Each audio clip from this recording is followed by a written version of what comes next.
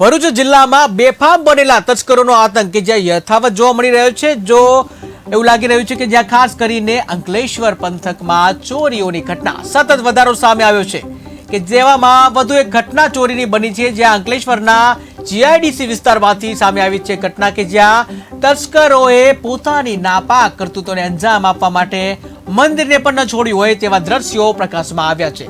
Ankleshwar GIDC વિસ્તારમાં આવેલ પશુપતિનાથ મહાદેવ મંદિરમાં તસ્કરો ત્રાટક્યા હતા જ્યાં મંદિરમાં રહેલ દાનપેટી સહિતની વસ્તુઓમાંથી ચોરીની ઘટનાને અંજામ આપ્યા હોવાનું કહેવાય રહ્યું છે। બિંદાસ અને બેફામ બની મંદિરમાં ચોરીની ઘટનાને અંજામ આપતા તસ્કરોની તમામ કરતૂતો મંદિરમાં લગાવેલ સીસીટીવી કેમેરામાં કેદ થવા પામી હતી। જે બાદ મામલો સામે આવતા હાલ પોલીસ ફરિયાદની તજવીજ હાથ ધરાઈ હોવાનું કહેવાય રહ્યું છે।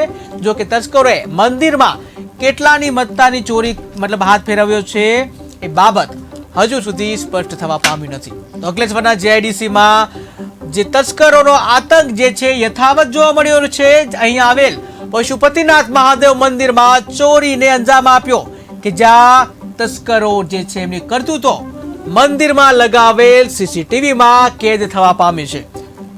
તો અંકલેશ્વરમાં જોવા મળી ચોરીની ઘટના જ્યાં અવારનવાર અંકલેશ્વરમાં ચોરીની ઘટનાઓ સામે આવી રહી છે ત્યારે વધુ એક ચોરીની ઘટના જે છે અંકલેશ્વરમાં સામે આવી છે કે જ્યાં બિંદાસ અને બેફામ રીતે ચોરીની ઘટના કે જ્યાં વાત કરીએ કે જ્યાં ભરૂચ જિલ્લો છે ભરૂચ જિલ્લામાં જે બેફામ બનેલા તસ્કરોનો આતંક એક તો યથાવત છે તેમ લાગી રહ્યું છે ત્યારે ખાસ કરીને અંકલેશ્વર એવું છે કે અંકલેશ્વર પંથકમાં ચોરીઓની ઘટના સતત બનતી રહે છે અને એવી એક ઘટના વધુ એક સામે આવી છે કે જેમાં અંકલેશ્વરના જીઆઈડીસી વિસ્તાર છે એમાંથી ચોરીની ઘટના સામે આવી છે જ્યાં તસ્કરોએ પોતાની નાપાક કરતૂતોને અંજામ આપી અને મંદિરમાંથી ચોરી કરી હતી। જો કે સમગ્ર ઘટના મંદિરમાં લગાવેલ સીસીટીવીમાં કેદ થવા પામી છે।